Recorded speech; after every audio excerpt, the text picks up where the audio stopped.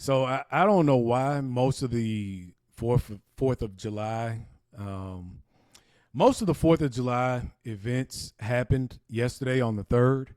There's very few that are actually happening on the fourth. I don't understand. I mean, it's still the middle of the week. Yesterday wasn't.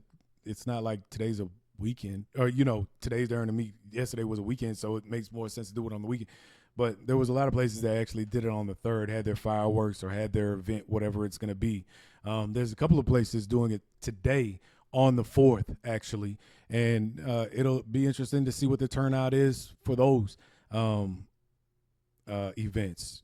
I actually normally do downtown, but I guess since 2020 or 2021, there hasn't been a downtown Mud Island fireworks show.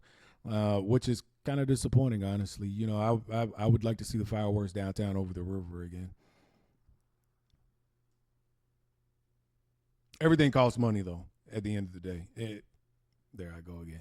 Everything costs money. All right, again, back to the police. Let's watch this.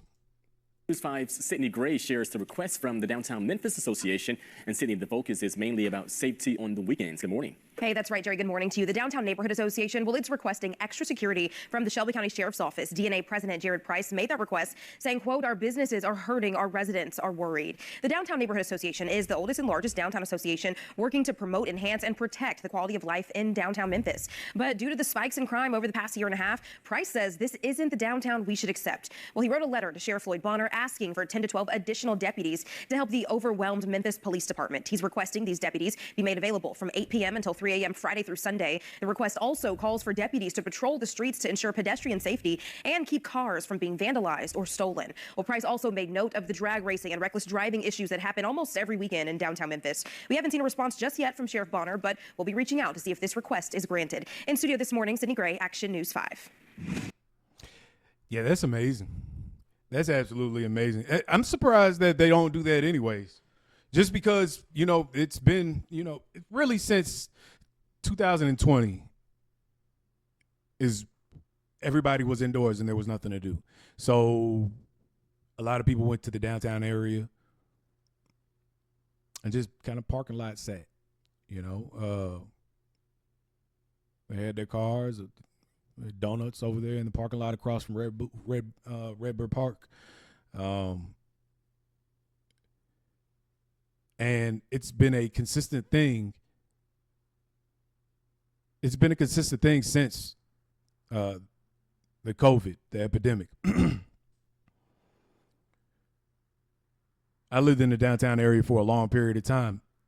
I had my car window broke out one time, I believe, and it pissed me off when I saw it twice. As a matter of fact, I had my car window broken out, and I had a truck. There was nothing special about the truck. I didn't have anything in that truck.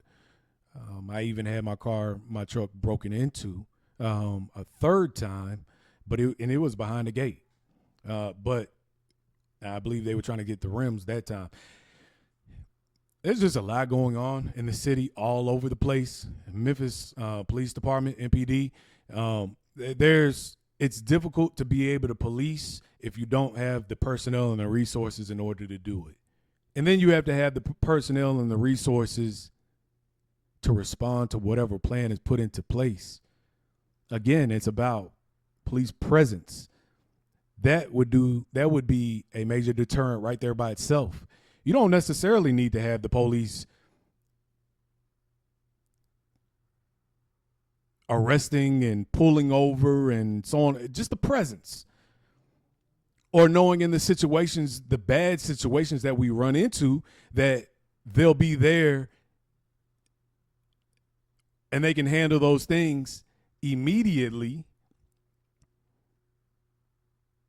It would go a long way to deterring other people from getting into that same or doing the same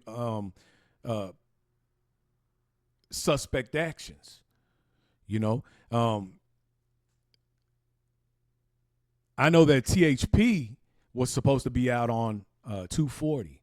And you're supposed to see their presence a lot more. I think it went from 17 THP officers to 50 THP officers, who is supplied by the state. And when I saw them out on 240, the couple of days that I did, and I want to say it was only probably 3 or 4 days, they were out there at 9 o'clock, 10 o'clock in the morning pulling people over. These are regular people on their way to work or doing something related to a work day.